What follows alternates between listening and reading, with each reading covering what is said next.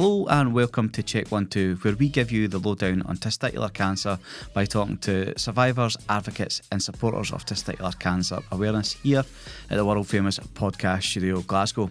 Today's guest is Terence Hartnett, who is a stand-up comedian, and he's been making audiences laugh with his sharp wit and relatable humour, but his journey hasn't been all laughs. A few years ago, Terence was diagnosed with testicular cancer, which later spread to his lung. In today's episode, we're going to talk about how Terence navigated his cancer diagnosis, how it influenced his comedy, and how he uses humour to tackle the heavy stuff both on stage and in life. Ladies and gentlemen, Terence Hartnett.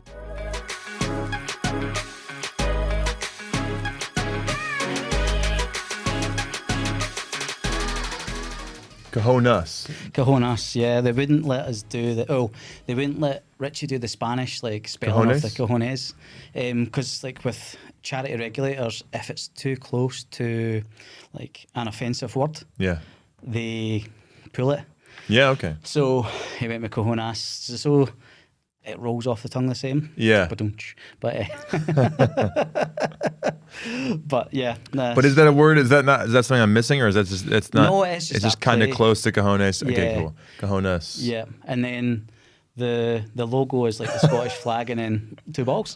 Okay, Scottish flag and infinity and two balls. Yeah. And I was kind of for the guests to. Just a wee introduction to themselves and their cancer story, and then we can just get chatting. Yeah, perfect. Yeah. I'm a comedian. I've been a comedian for 10 years this year. I was a comedian for 7 years when I got diagnosed with testicular cancer in the first place. It was 2021.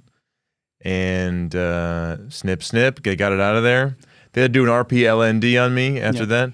So they did that's just so funny. Usually I have to define those letters, but it's a retroperineal lymph node dissection. They cut me open and they looked at my lymph nodes, and there was no spread of the cancer from my testicle, but it was aggressive and rare. It was a teratoma with PNET. PNET is I don't know, it's something bad. I don't know, it grows fast. That's so funny is when it comes to this kind of stuff, when I meet another cancer person, I realize I never really looked that closely into any of this stuff, I didn't really nerd out about it because, first of all, I'm not operating on it, They're not going to need my outlook. They're not going to need my info. And it's just scary, right? So they told me not to Google it. Don't Google it. PNET, don't Google it, because it happens in the brain more than it happens in the testicles. I guess it mimics a nerve tissue or something like that. But we know, too, that the testicles got those sort of stem cells or a kind of a thing where they can become lots of different kinds of cells, apparently, which is why teratomas can be eyes and teeth and hair. Yeah. I saw a picture of a teratoma that someone had, I don't know, but it had little eyes and had a little smile. It's so disgusting. Yeah. Oh, so anyway, comedian, and then they took out my ball. The RPLND was really hard surgery, but it was negative. Yeah. No spread. I was declared cancer-free September 1st of 21, so it was 2 months of cancer. No chemo, no radiation. And then I move on with my life. A year and a half goes by, fall in love, and I'm planning to move to Vienna. And then right before we move to Vienna with this woman that I love, the cancer is discovered. It came back quickly and really big. It was 5.7 inches. Grapefruit. Jeez. Yeah. Whoa. Grapefruit diameter in the left lung. And the thing was, I had a clean scan 6 months earlier. So what they're saying to me is, this thing has grown an inch a month, because it's at 6 right now, and it was totally clean 6 months ago. So this thing is growing fast, and so it's Christmas time of 21. And then the first 6 months of 22, I was in chemo. And after 4 rounds of chemo, the tumor had shrunk enough that they could do a surgery to remove my left lung. And my whole left lung, unfortunately. The whole time I was in chemo, I was sure they're going to take only half of the left lung. Right. Because it was only in the top half. But the tumor was on the pulmonary artery, and so they had to snip the pulmonary artery so that the lung was going to die no matter what they do. Yeah. So they get rid of the whole left lung. And they did 2 more rounds of chemo. And then, then now that's been a year. So, whoops. Yeah. So it was 23. So sorry, it was the spring of 23. I had all my treatments, and so a little over April last year, they took out my lung, had a few more treatments, and now it's been a year. All very, even though like for you it was across like that those few years, but like to be in, that's pretty quick as well. That all those things hit. I think so. Yeah, and also just kind of quick where. As soon as I was used to the first one being done, so in fact I did an Edinburgh show. So I just okay, you're catching me. This is the day after the last day of the Edinburgh Fringe, and I've just done 2 shows a day for 25 days with 1 day off, 2 days off actually. I had a good nice days off. But so yeah, I'm absolutely insane. And I was up half the night celebrating with my friends, but I don't drink. So okay, anyway, so that's where I am right now. Yeah, just But so I did an Edinburgh Fringe show after the first testicular cancer called One Ball Show. And I thought it was so funny. Like, I haven't had cancer so bad, but I have one ball, plenty of jokes about that, and I was making jokes the whole time. I loved it. I thought, this is the funniest kind of cancer. Perfect cancer for a comedian to have. Yeah. And then, and then a year goes by and it comes back really badly. And then I was able to go to Fringe again the next year. But it was like way more. It was way more, a way better show, I guess I'll say. Because I got chemo stories, I got almost dying stories, and I was still bald. Oh, were you? When I was at Fringe. Right. So I was mad, and that was last Fringe, and then now this one was nice. It's funny though. It's like the amount of comedians when you look up like who have had testicular cancer. It seems like comedy is quite a dangerous profession. It's like you look at the guys who have had it. Like there's yourself. There's Richard Herring. Yeah. Yep. I've heard these guys' names. Michael Schaefer. Yeah. Patel, the guy Patel from New York. Nimesh Patel. Yeah, Nimesh, okay, I got a funny story about him. Okay, funny story about him is when I first got the cancer, I had a really good show in front of a manager in New York, and he says, "I think your story is so cool. We should write a movie together. You write a movie and you bring it back to me." It took me a year to write this movie. It took a year. I mean, of course, I'm putting it off and whatever. I'm a mess. But after a year, I worked on it really hard, and I sent it in to him, and he sent it back. He goes, "It's a great script and whatever, but we are working with another comedian right now, and he has the same cancer that you had. So it's kind of a conflict, Right. We can't be pitching 2 different cancer movies to HBO or whatever." And I go, "Who's this motherfucker?" And it's Nimesh Patel. And he's so funny. He's so good.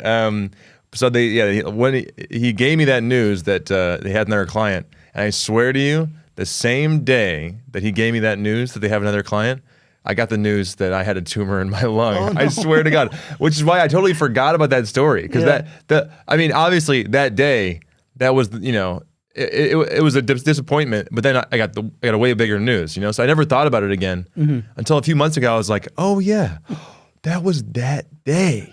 It was earlier that day. I was a little disappointed, and then I was really disappointed. Yeah, really disappointed. There's levels of disappointment. Yeah. So, did you ever phone them back and go, "Listen, I've just been diagnosed with lung cancer"? I thought, we are still in touch. I mean, but I said, I've just raised the stakes. I've got to. Have you had any clients with one lung? Exactly. Yeah. One lung, one ball. Just losing body parts at this point. I know. I'm holding on to my kidneys for dear life. I don't know. I'm running out of double body parts to lose. Well, that's you can't lose any more of your double body parts. I know. They're starting to become really essential. Yeah. And then we go fingers and toes. Well, exactly. Then it just becomes more awkward as time goes on. So with when you were going through that diagnosis, you just met somebody. So how long were you with your girl at that point? It was, I would say, a good amount. So I met her.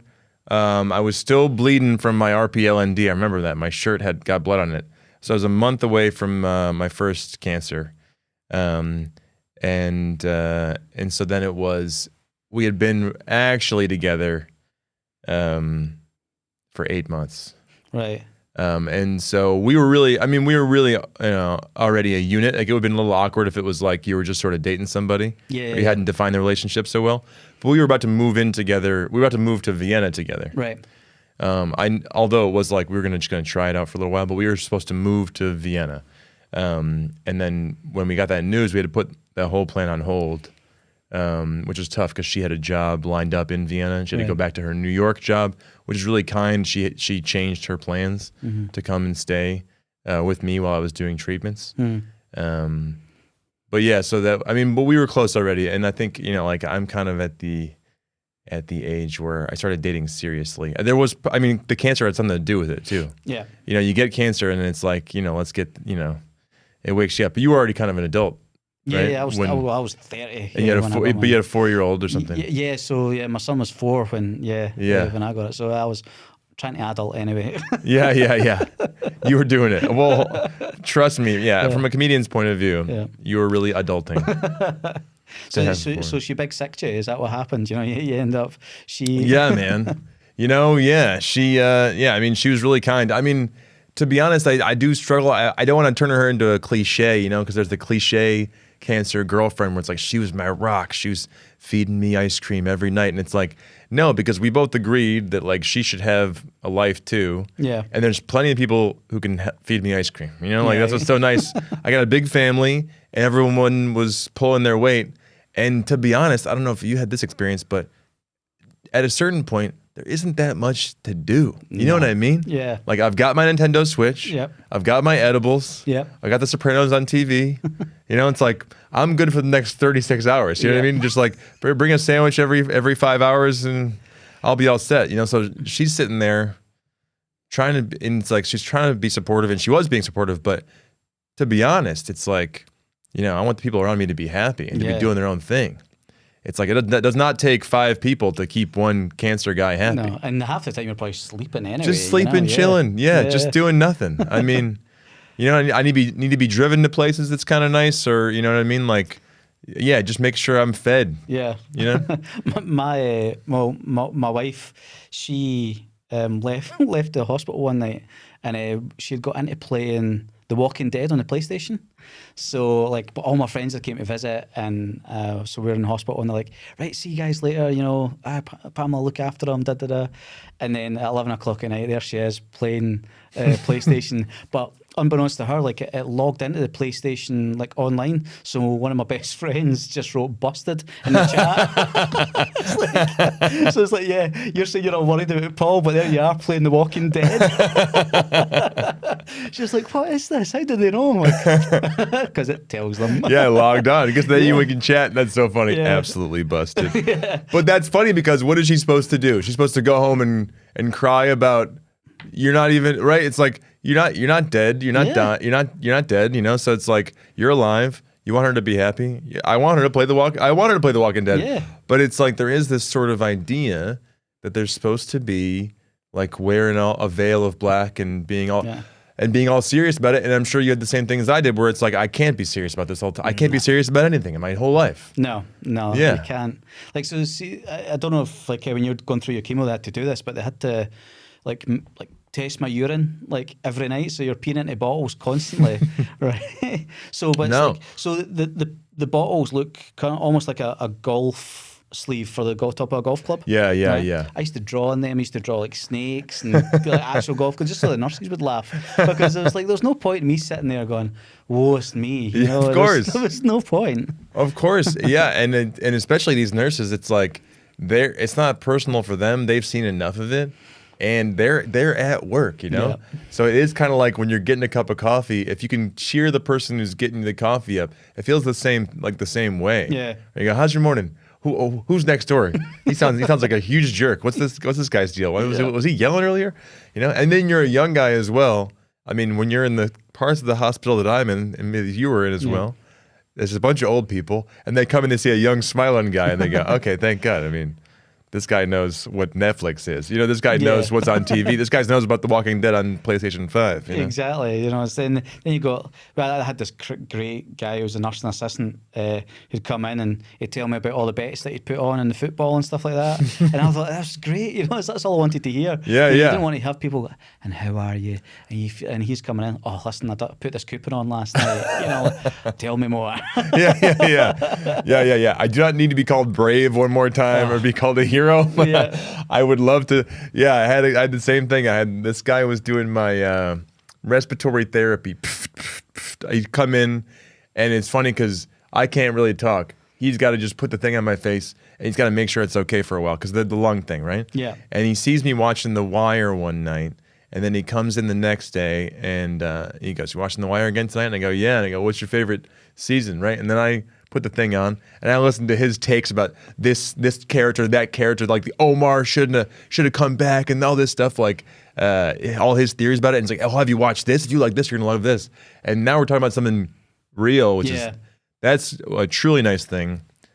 And it's one of those things that people ask, like, what kind of message they should send, how they should support somebody. Yeah. And I think once you say the thing where you're like, "Hey, I'm sorry," or whatever you need. Yeah. But also like, what bets are you placing? You know what I mean? Like, taking any good shits lately? You know what I mean? Stuff that your friends want to talk about. I did even just television. You know what I mean? It's like if see if I'm sitting on a hospital bed, tell me everything that you've watched so I can watch it. Yeah, I know. That's the nurses were really good. They got me and my girlfriend into Yellowstone because they were all talking about it. Yeah. And then obviously we have the time to watch it. So then they're like, "Oh, what season are you on now? Oh, he's going to be, watch out for him." And stuff like that.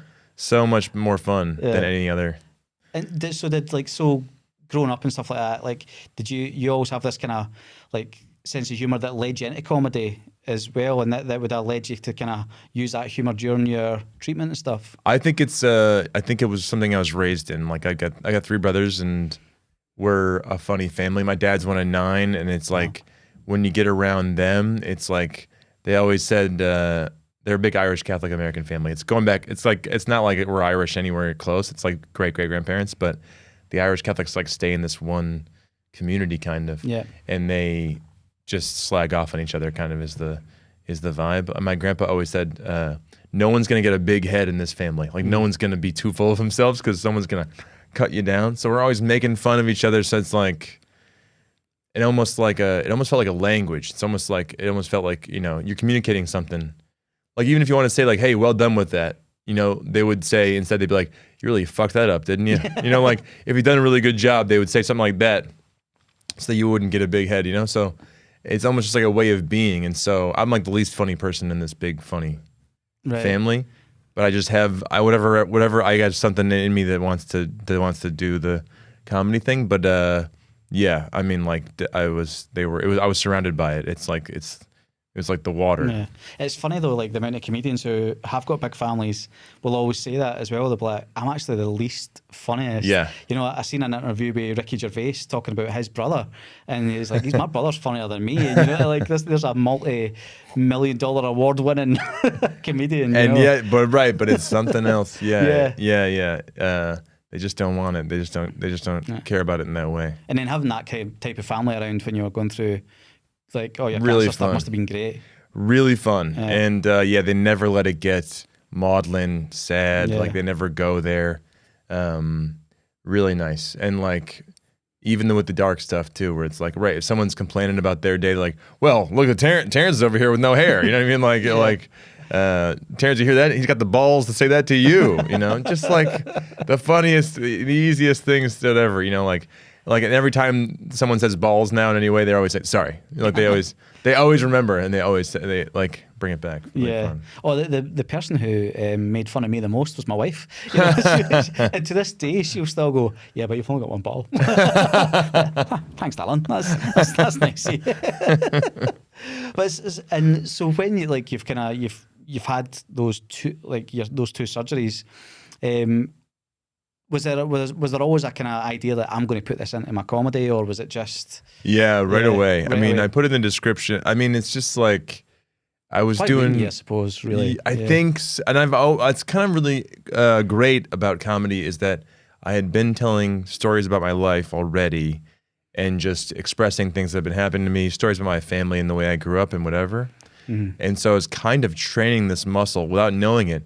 I was kind of preparing for this thing to happen. I felt like I'm training stories about like whatever. Like I would tell stories about, being in high school. I was like a theater kid who did musical theater, So it's like, but I'm a straight guy, but I got all this effeminate mannerisms about me, and I'm sort of a straight guy. I'm close with my mom. All these like jokes about the way that I am and the way that I feel. Yeah. And so when cancer comes along, then the way that I am and the way that I feel are a person with cancer, a person who is going through cancer treatments, a person who's worried they're going to die, a person who's got one testicle, a person who has to have surgeries, a person who has to. And so the jokes I tended to write were just going to be like that. And also it has the value of being inherently interesting. Yeah. Which has never happened to me before. There's nothing else about me that's inherently interesting, to be honest. Like, it's just been, I've led a very charmed, nice life. You know what I mean? Just like, I'm a tall, white dude with a nice face from America. You know, like how, like what? Clearly rich. What story? Yeah. I look so rich. Exactly. Yes, that's a joke. I had wrote a joke about it because I look so wealthy. I have to write a joke about it right away. You know? I got student debt. I'm American. You know what I mean? Like, I started my adult life $70,000 in the hole. You know? Are you going to die with that $70,000? I certainly will. God willing. God willing. You move to Austria and it'll be fine. I know. We'll see. In Austria, they'll never find me. They'll never find you. The real Terence Hartnett's died years ago. You know. So, like, you've came over. You've done the Fringe as well. Yeah. How's that been? Oh man, I love the Fringe. It's my third Fringe, and I've always done cancer shows at the Fringe, so I'm kind of becoming the cancer guy at the Fringe. Yeah. But it's just a lot of, I mean, everyone has a different Fringe, you know? I'm learning that. Everyone goes there with different expectations. Some people want to go and get the award, and some people want to go and get the agent and whatever. But really, it's just loads of shows, loads of people who want to see shows, loads of shows to see. It's just amazing and beautiful. If you're a fan of comedy or performing arts, whatever. I'm watching clowning now. I'm watching magic shows and acrobats. And then I get to do my hour every day and have different people come in, and I get to tweak it and experiment with it. So it's been my favorite thing in comedy. That shit must be tight now, though. If you're doing an hour like that, it must be tight as anything now. It really was super fun because, the cancer show, One Ball Show, which I did like the part 2 of last year, I just did like an encore performance of it this year. So it was kind of like getting into a car that had already been finely tuned up or something. Or almost like you're playing an instrument that's already been tuned. I don't know. Because it didn't need any more work. Yeah, that's it. Yeah, whatever the metaphor would be good. But I just got into it and had a good time. The car feels right. Feels like someone worked on the car and got everything just right, balanced out. Because I got into it and it was just a lot of fun. You're recording a special? I did, yeah. I recorded it. You've already recorded it? Right. I've recorded it already, yeah. So it'll come out very soon. I think it'll be called One Ball Show. I'm not sure, but I like the way One Ball Show sounds. Did you film it here or did you film it in the States? I filmed it in New York. Oh, did you? Right. Yeah, which is nice because it was good because the UK, Edinburgh crowds, I feel like they don't laugh as much as Americans typically. Yep, yeah. I just think that they're just not, that they're worried about interrupting the experience. I honestly think that's like a theatrical respect a little bit. It's like a little bit of holding back. Like, okay, don't go crazy. But Americans will really go crazy. I don't know. I always have debates with this with my UK friends. It's like, it's different as well. Like each area of Scotland, you're going to have a different crowd that will laugh in a different way. Yeah. As well. Yeah, and I live in Vienna now, and we talk about this too, where I go, "Oh, Austrians don't laugh," and then someone goes, "Actually, the Viennese don't laugh. Just the Vienna people. If you get the hell out of Vienna, then they're less snooty, and it's like different." Yeah. And I went to Prague, and that's 3 hours away. It's a different country. It's a whole different vibe, comedy wise. I mean, apparently it's a big what do you call it, comedy scene in Zurich now. Really? Yeah, apparently so. Yeah, I'm excited to go. I'd love to go. Yeah. And so, did you? Whereabouts did you film it in New York? Was it somewhere? I filmed it in this really cool place called The Gutter in Brooklyn, which is where they were filming a lot of comedy specials there. Yeah. It's just they have a great show, and they kind of just once in a while they hand it over to a comedian. They go, you can have the whole show, bring your people, and film your thing. Yeah. And yeah, I'm excited for it to come out. It looks really good. Brilliant. My dad's from Brooklyn. Well, he grew up in Brooklyn. Really? Yeah. His family moved across there when he was 1, and my uncle was actually born there as well. So wow. Wait, how old did they get before they came back? I think my dad was 14 or 15 when he came back to Scotland.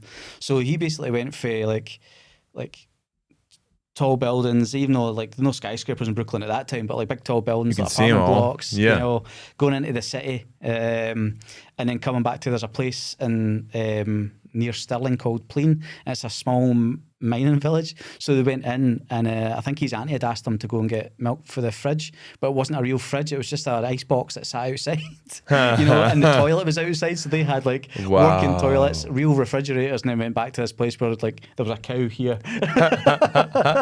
And you probably talked funny too. Yeah. You probably talked like a little Brooklyn kid. Well, him and my uncle were always getting into fights because it was like you know, let's get the Yanks. Yeah. You know, let's see. And because they were from Brooklyn, you know, it was always so it was always this thing. And my uncle, he didn't last long. I think he must have been 6 or 7 when he came back, and then by the time when he was 18, he joined the American Army, and then he was in Fort Hood in Texas. And, oh, really? Yeah, out there, and then moved up to Pennsylvania, and that's How been about him. that? Oh, right. So he's the guy who's in Philly. You mentioned.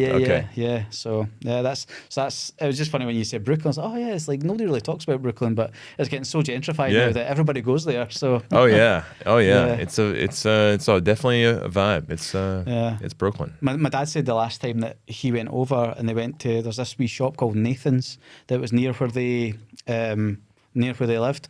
He's like, the old guy who was an old guy when he was a kid was still sitting. Oh, I love that. This old Jewish guy. I love that. Just sitting there like same old guy sitting in the same old seat. Same chair, maintaining the vibe. Yeah. I love that. When that guy goes, it'll be a sad day. And as soon as he goes, it'll be a Starbucks, guaranteed. Exactly. Someday we'll just bowl it over and that'll be it. Smoothie place. Yeah. Vape shop. Exactly. And I think but that's like anything, eh? It's like the minute these old kind of institutions go away, it's like, yep, that's just going to be a Starbucks or this or that, you know. But I know, all over Europe too. What do you need Starbucks for? I don't understand. Yeah, you got good coffee in Europe, man. You know what I mean? I know. Greek coffee. You ever had Greek coffee? No. Oh, if you like Greek coffee, is it really strong? Is it like Turkish coffee? I imagine it's kind of like Turkish. Yeah, a little bit. Strong with the bits at the bottom. Yeah, and then really, you know, I think the closest you could kind of put it to is like, you ever had a good Cuban coffee? Yeah. Imagine that, but like maybe ramped up a little bit in kind of sweetness, you know. So yeah, just like that. Oh yeah, when they put the concentrated milk or the condensed milk. Yeah. Wow. That'll keep you up for days. Yeah, man. Not me. I quit drinking. I actually quit drinking before I got cancer. Right. Unfortunately, but now, coffee's my thing. I love it. I'll have a Red Bull at the Fringe sometimes. A nighttime Red Bull. Like, let's go. You're like rocking the caffeine. That's your jam now. Yeah. There's actually like one of the supporters of Cahonas, Todd. He runs a coffee shop, but his coffee shop also roasts their own coffee. So it's the Good Coffee Cartel, and it's near here actually, but their coffee, see when you go into the shop and you get a cup of coffee for them, it is like it's a powerful cup. Yeah. The fact that, you know, it's like the cartel, it feels like you're on a drug when you have one. You know, you can't have too many of the cartels, but yeah, I'll have to get, honest, again, I'll be part of this. You'll just get a package for me that's just loads of stuff like that. Let's go. Like, I'll send you coffee. Send me a package from the cartel. Yep. No problem whatsoever, man. Perfect.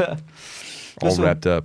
Obviously, like now that you're healthy and things like that, when like you've done so many shows talking about your cancer, like have you come to the point now as well where you're like, right, the material's going to change, or you're kind of sick of talking about it? Yeah. I'm super ready to get off of talking about it. And I also think there's something where I've talked about it so much that I'm like, it feels digested, and then I realize that I actually still have to digest it. You know, I think that like you tell yourself when you write a joke about something that you have processed it, but I think that there's still much processing to do. Yeah. Like people always ask me like, oh, you must have such perspective. And I think and I go, I don't think I do have any perspective really. I mean, like my perspective is you could get cancer and die. You gotta be, I mean, like that just could happen. Yeah. But anybody who thinks hard enough, you realize you can get cancer and die. You know what I mean? Or you can get in an accident and die. Yeah. I mean, like,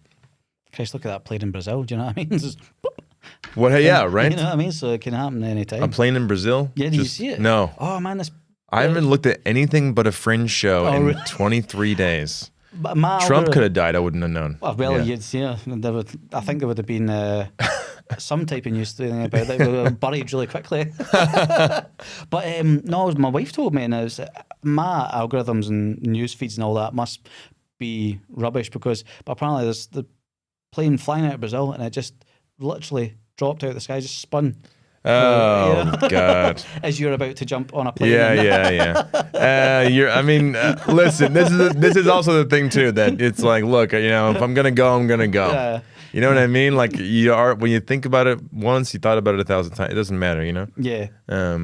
But it's funny. Yeah. So I think that processing of it and like the thing where like, I've wrote a joke about it. Should I stop talking about it? I do want to stop talking about it because it's like, an hour of comedy is enough about the cancer. Yeah. But then when I go to write about my experience or my jokes or my ideas about whatever, it's going to creep in because I have changed the way I look at things now. Yep. You know what I mean? Like you do chemo and you look your family in the eye and you tell them, I don't know what's going to happen. I don't know if I'm going to get better. Mm-hmm. It's just, you become a different person. And I'm trying to figure out who that person is now. It's like, the last year, it's just been kind of just getting my life back together, and I'm trying to figure out now what that life is. Yeah, it's a weird one as well because I'm 9 years coming in, I'll be 10 years clear next year. Wow. And then when you think it like that, you're kind of going, I still haven't processed it all, and the amount of conversations that I've had now on the podcast, but talking about it at schools. You keep triggering yourself every week. Yeah, you keep. I'm just I'm feeling better, and then come on Tuesday. Yeah, you haven't processed it. Sorry, we're sitting in front of him. It's I'm gonna just trigger myself every week. And Yeah. To the point where actually and this will come out after the one, but I was talking to this really nice fella. It was a remote podcast, and I burst into tears because he was talking about how he was feeling in terms of his mental health and things like that. And I was like, oh my God, I felt all that, and I just broke down. I thought I'm going to have to edit that really well. Now, what happened? Was you identified with it, or because you felt bad for this person? No, because I identified with it as well. So I think that's the whole thing. It's that processing of my cancer journey as such has only really hit those years afterwards, Mm-hmm. And I think it must, and that's why I'm interested in your perspective on it, because obviously writing that material, but you must, because you've wrote that and it's so performative, does it kind of take you out of the seriousness of that because of that? Absolutely. Right. Absolutely. Because I looked at only the comedic angles of it. I have neglected the serious angles of it. And there is nearly dying, whatever. I did write about that, nearly dying. And I kept journals and I was writing essays and things for myself and my posterity and whatever. But I also think that's just my nature too, is that if my leg was chopped off tomorrow, I'd be making jokes about being a pirate the next day. Yeah. You know what I mean? I'd be like, where's my peg? Peg leg. I'm going to get a hook next. I think that's just how my brain works. So I don't know if it's not good, but it's I don't know. I just haven't taken anything seriously my entire life. And so why would you take this seriously? But I do think that I'm going to be there with you, and I'm going to see a box of cereal and start crying. Yeah. And not know why.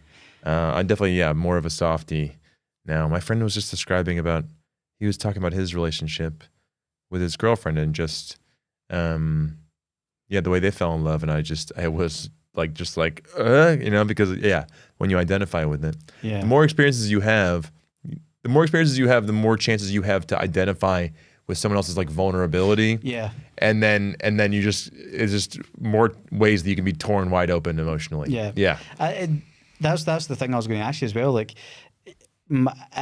I was always a big softie anyway, but I think I got more of a softie and more almost kumbaya-ish with everybody.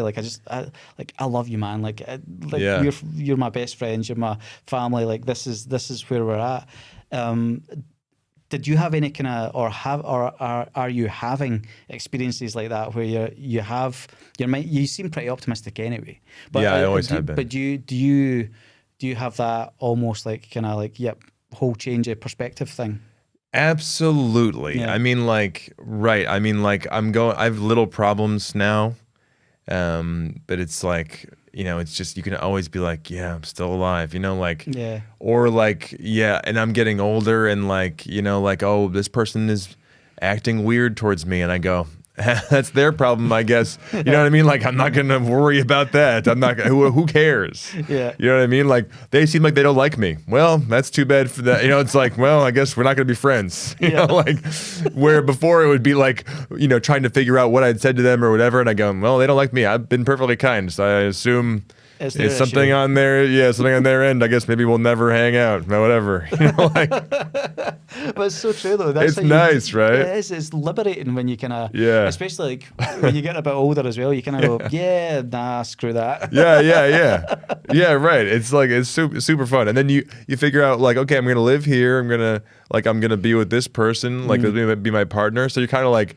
right. So like, some girl doesn't like me. I go, yeah, well, it's just friendship lost. It's not like it's like there's everything becomes a little smaller, easier. Yeah, I think as well. Like for me, I always thought that it was really dead easy to kind of look at negative stuff and go, well, I don't need that, so cut it out. Yeah, right. It was almost like you were treating it like your cancer. Like, if we don't cut this out right now, it's gonna grow and get worse. Yeah. Nah, sod that. I don't need that.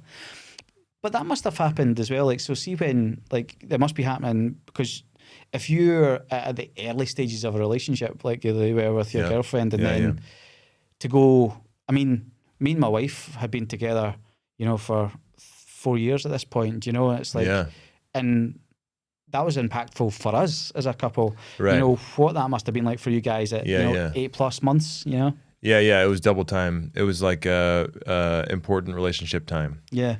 And it's funny, I don't know, because I wasn't living with her, and so it goes back to like that thing there that it's like I was really struck by how little there is to do for somebody who has cancer. Like, there's like, you got to be there emotionally, chat with them, and help them logistically with their life, but it's just quite boring a lot of the time. Yeah. It's a lot of sitting around. You're just waiting on things, waiting for tests and waiting for side effects to go down. It's like you have the flu a lot. The chemo, I mean, is just kind of like dealing with quite bad sickness, Of course, there's the uncertainty. So it's like, I was trying to figure out how much worse it is than the flu at some point when I was on chemo. I'm like, because I was trying to be like, well, experientially, without the mental part of like, is this going to work? Am I going to die? Is this thing going to grow? Without that fear, then just in your body, it's like, I've had days of the flu that are worse than chemo. Yeah. And especially because it ebbs and flows. You have the good weeks and the bad weeks. I always equated it to feeling like I was like really, really hungover. Hungover is exactly right. Yeah. In like several different ways, like a little bit achy, a little bit tired, and a little sick. Yeah. And everyone thinks like, oh, if you eat, are you going to throw up? It's like, no, it's just, I don't want to eat. The food looks disgusting. Yeah, it's like, no. Yeah. Edibles? Did you do edibles? No, because sorry to hear that. Not legal in this country at that time as well. So, did you use edibles? I did. Profusely. Game changer. It really is. Yeah. Like, it's so funny. I can imagine it would be, I know people who have used them, but I just, it wasn't something that was available to me. Yeah. I wish they were. Yeah. I mean, I think I liked them. I'll write them. I make jokes about them on my show. I liked them already. Like, I did so it's like, it wasn't that big of a stretch. Like, I was kind of excited to try. Yeah. But I was really surprised that it was one of the best, honestly, one of the best cures I've ever experienced. Yeah. Was the marijuana edibles' effects on chemotherapy, because it helps you feel a little bit better in your body, like a little bit less of that. I felt achy. I don't know. They told me I wasn't achy, but I'm like, I feel achy, or at least tired, or not good at my body. And then the nausea and the general depression, of course. So you get a little bit of a fun thing in your head, like, okay, video games are fun. This movie's cool. You feel better in your body, and you can eat something. Yeah. And did it get rid of that nausea feeling as well? So yeah, it did. To me, I didn't feel nauseous. I did feel nauseous, actually. Sorry, I did throw up sometimes. But like, but it was more of a concern was like not having any appetite. Yeah. Like it's like, you know, when you're super hungover and someone like pours a beer or they're like making a stew and you're like, oh, that's the last thing I want to look at. Yeah. It's like that all the time with food. Yeah. Then you get a little high, and then all of a sudden it's like, oh, this looks amazing. Well, this is all going to work. And then it goes in a cycle where you have eaten a good meal that makes you feel better because you needed the food, because you were starving yourself before because you didn't know. Yeah. You couldn't eat, and then that makes you feel better. That gives you some strength to bring yourself back, and then before you know it, you're kind of coming around again. Yeah, and see, comparing that type of experience to the anti-sickness tablet that I was given. So I was given a thing called, I think it's dextromethasone, right? And it's essentially a steroid, right? And it felt, when it kicked in, it felt like somebody was shoving a train through my head. It was horrible, and I just had this compulsion that I had to move, but because of my orchidectomy, I was sore, so I couldn't move. And then it didn't help. It maybe helped me stop being sick, but I was still nauseated. No, anyway. I had some steroids too, and they would give me. I would get treatments at night, and they give me the steroids at night, and so it'd be 11 o'clock, and I'd have the most energy of the day. It's 11 o'clock at night. Yeah. I'm trying to go for a stroll around the. I'm going. I gotta get up and go. I gotta get up and go.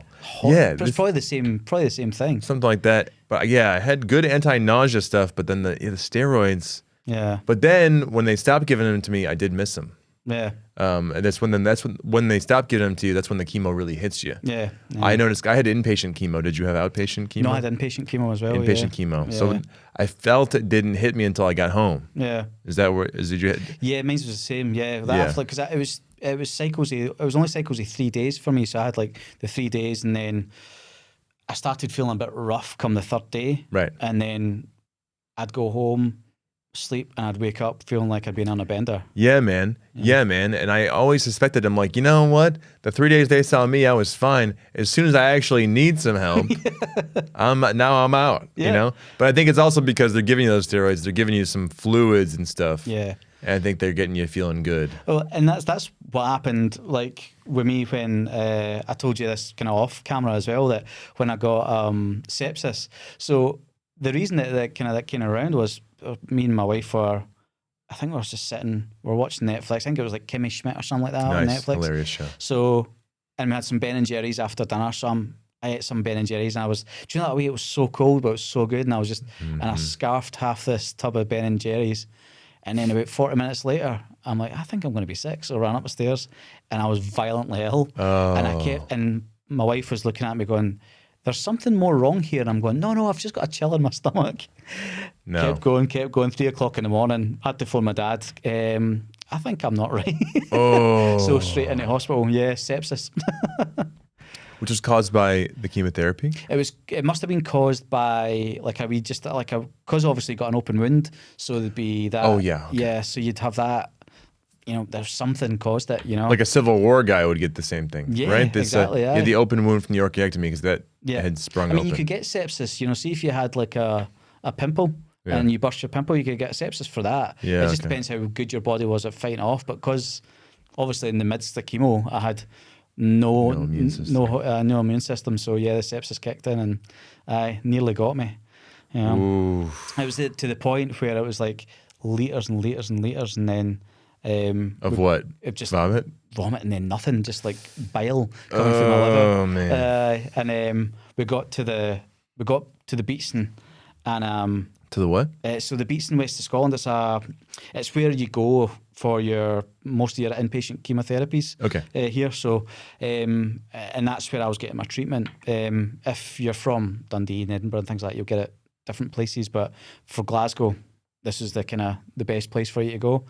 So I got there because they have in this country, they've got like a chemotherapy guidebook. So it's like this wee red book where if you feel any of these symptoms, you have to phone the number. Yeah. So I was brought in, and I remember, feeling so. And my wife had told me this years before that one of the symptoms of sepsis is a feeling that you're going to die, and you have this insight that you're going to die. Oh. So my brain was telling me I was dying. So I kept saying to my dad, like, do you believe in heaven?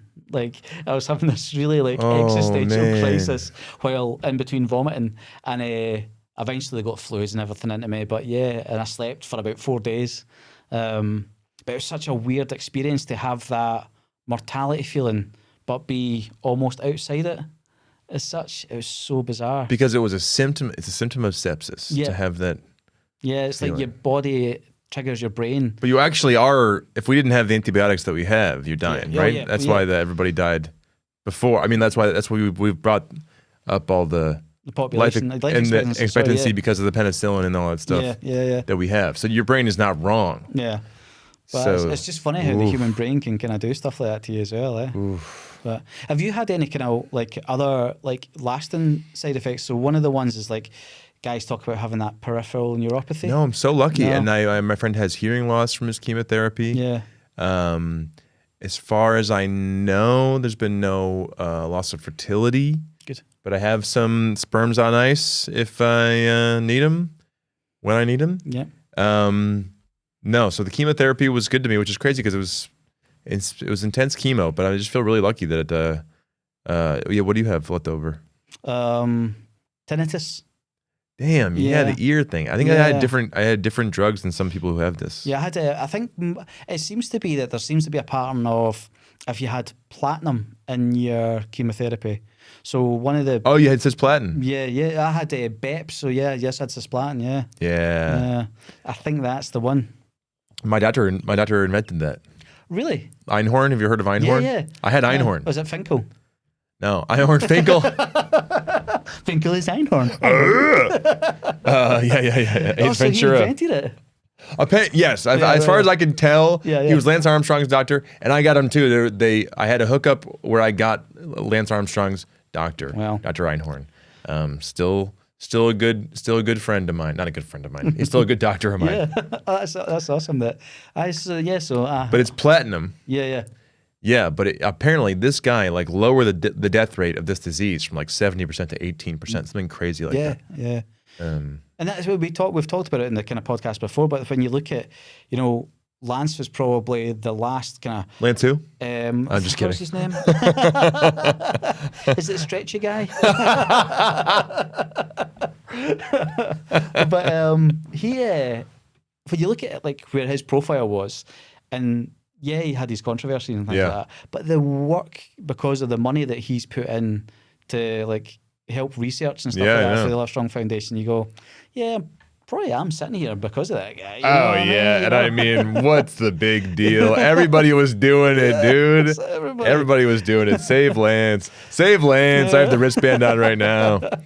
Everybody, I talk about that when I do my talks. Like I'm actually getting to the point now where there's a whole bunch of kids don't know who Lance Armstrong is. I know. I'm worried about it. Yeah. So one of my slides, I've got like Tom. Do you know Tom Green? Yeah. So Tom Green. No one knows who that is anymore. Sorry. Sorry, Tom. It's like, he's Tom. so funny. He's a genius. And he's hilarious, and I really like him. And he put his RPLND surgery, the surgery I had, on MTV.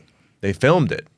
And so I got to watch the surgery that I was having, and I had no idea until after the surgery how intense that surgery is. Yeah. And it was worse than my lung surgery, I swear, because it's in the middle of your abdomen or whatever. Yeah. So thanks to Tom Green for putting that on YouTube, I could see like, wow, there's no wonder I'm in such pain. Yeah. I mean, like they opened up all the layers of the muscle and fat. Your abs and everything are just getting moved. Exactly. Yeah. You're stitching all your abdomen muscles together. It takes a long time. Plus they scraped inside your body. That's why it feels like you swallowed broken glass, because they've been making little cuts inside you. Yeah. So thanks Tom Green. So anyway, they also don't know who Tom Green is, which even people my age don't know who Tom Green is. Oh, really? As well.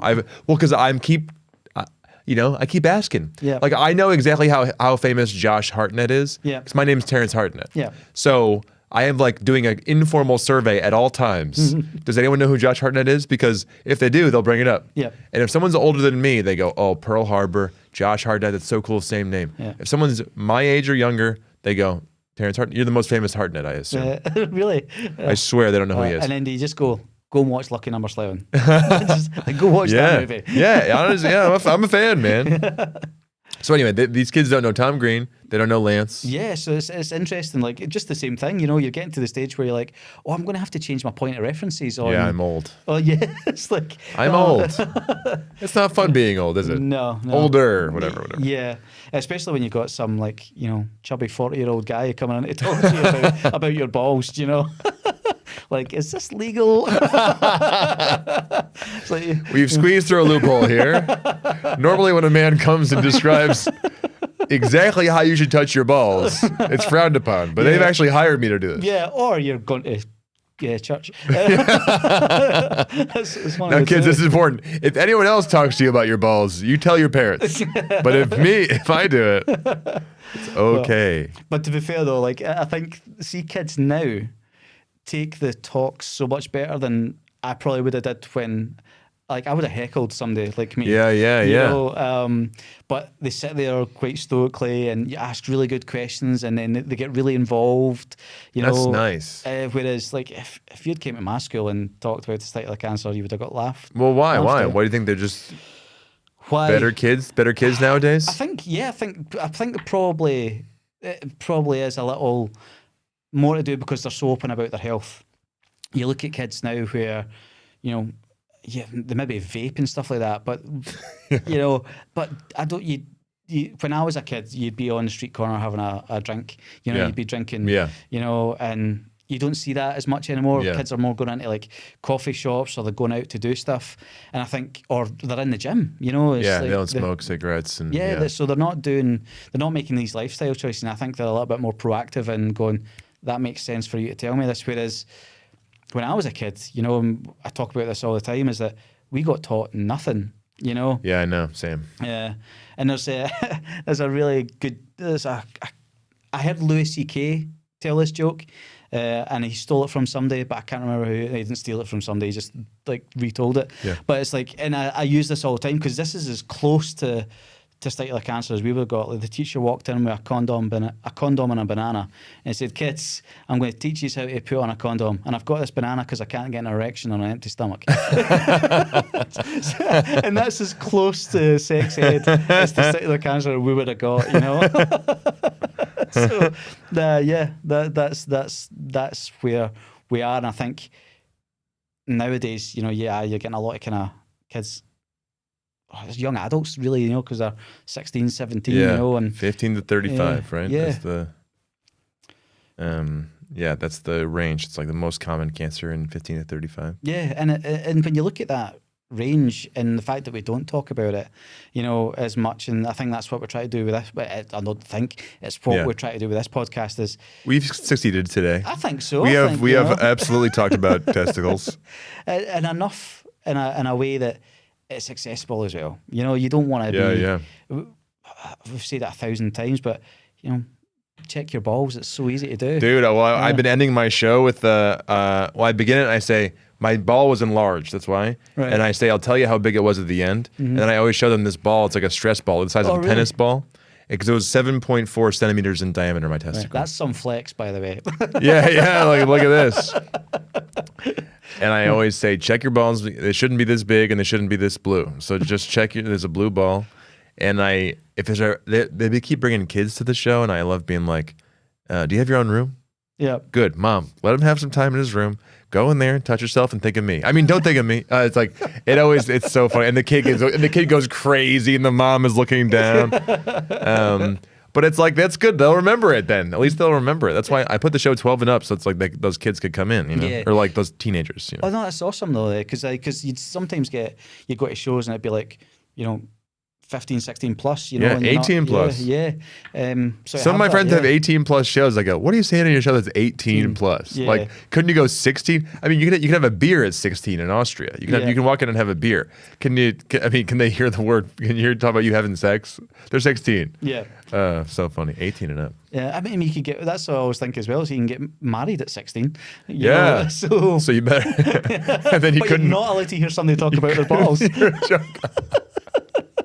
you got no ball talk, but you know you can get married. Yeah, I almost think it's a point of pride to like mine's 18 plus, so you know it's gonna be like, and then they can say whatever they want. They'll, you know, they can go crazy. Yeah. It's like, yeah, I can drop the C-bomb and it's okay. Yeah. Well, you guys drop the C-bomb at lunch, you know? Like you guys are dropping the C-bomb at work and stuff. It's a term of affection here. Yeah, you're a funny cunt, yeah. It's a proper term of affection. You know, it's like there's always two ways of saying it. It's like, see him, he's a cunt. See him, he's a good cunt. It's always there's a nice like difference in how it's said. But thank you so much for coming on and chatting to me today, man. Honestly. I had a blast. I honestly had a really good time. Yeah. Thanks for having me. And I think it's like, you know, especially since you've done that nice long run, to come in here and talk bollocks to me, I really appreciate it. So, you know, I just want this is kind of floor's yours, just so people can know where to see your comedy, you know, what's coming up for you next. Yeah, Instagram is the best way. Just follow me on Instagram. I'll let you know. It's Hartnett. HAHARTNETT. My name is Terence Hartnett. Hartnett. I got a special coming out. A lot of fun stuff. There's a documentary we made about the whole thing that I went through. My friend filmed this really cool thing, and that's coming out soon. I don't know how soon, but it's almost done, and then we'll figure out when it comes out. But there's really cool things happening in all that space, and Hartnett on Instagram. Brilliant. Thanks, mate. Thank you.